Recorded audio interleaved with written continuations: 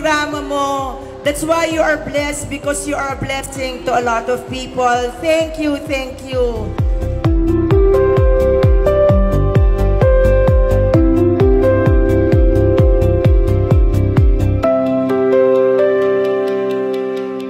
Alam niyo po, ang Beauty Beyond Border, programa po talaga ng aking kapatid para po bigyan ng libreng konsultasyon, libreng gamot, libreng opera ang mga may sakit sa balat. Alam niyo po, umiikot po sila sa buong Pilipinas, pero di nila nakakalimutan ng Las Piñas. Kaya maraming salamat.